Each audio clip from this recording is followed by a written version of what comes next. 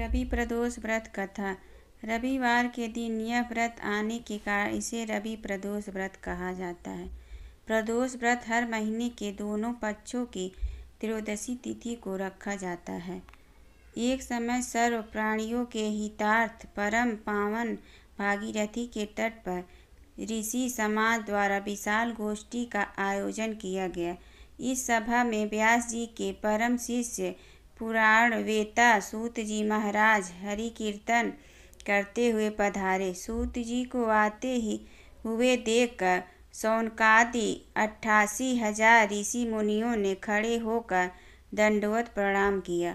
महाज्ञानी सूत जी ने भक्तिभाव से ऋषियों को हृदय से लगाया तथा आशीर्वाद दिया। विद्वान ऋषिगण और सब शिष्य आसनों पर विराजमान हो गए। शौनकादि ऋषि ने पूछा, हे पूज्यवर महामते, कृपया यह बताने का कष्ट करे कि मंगलप्रद कष्ट निवारक यह व्रत सबसे पहले किसने किया और उसे क्या फल प्राप्त हुआ।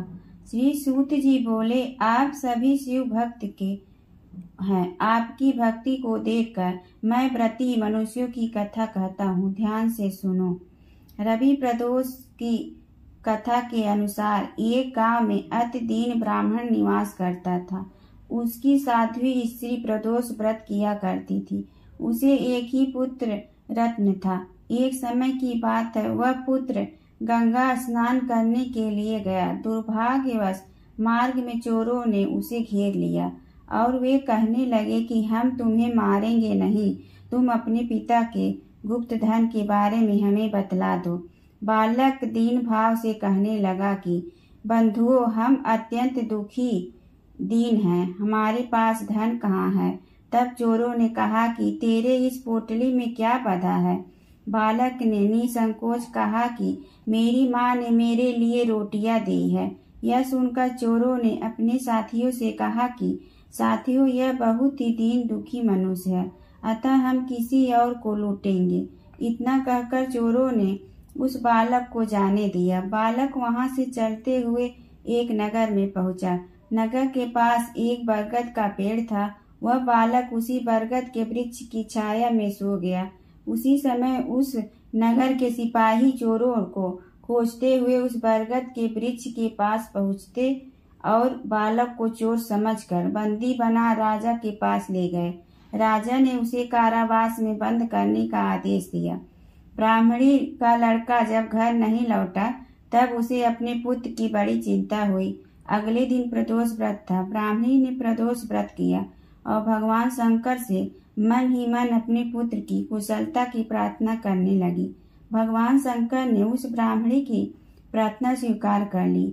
उसी रात भगवान शंकर ने उस राजा को स्वप्न में आदेश दिया कि वह बालक चोर नहीं है, उसे प्रातः काल छोड़ दे, अन्यथा उसका सारा राज वैभव नष्ट हो जाएगा। प्रातः काल राजा ने शिव जी की आज्ञा अनुसार उस बालक को कारागार से मुक्त कर दिया।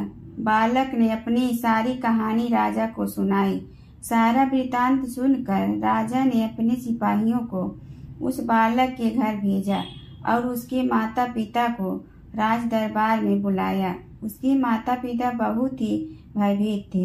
राजा ने उन्हें भयभीत देखकर कहा कि आप भयभीत न हो, आपका बालक निर्दोष है। राजा ने ब्राह्मण को 5 गांव दान में दिए, जिससे कि वे सुखपूर्वक अपना जीवन व्यतीत कर सके। भगवान शिव की कृपा से ब्राह्मण परिवार आनंद से रहने लगा। अतः जो मनुष्य रवि प्रदोष को व्रत करता है वह सुखपूर्वक और निरोगी होकर अपना पूर्ण जीवन व्यतीत करता है तथा उसके जीवन में खुशहाली आती है।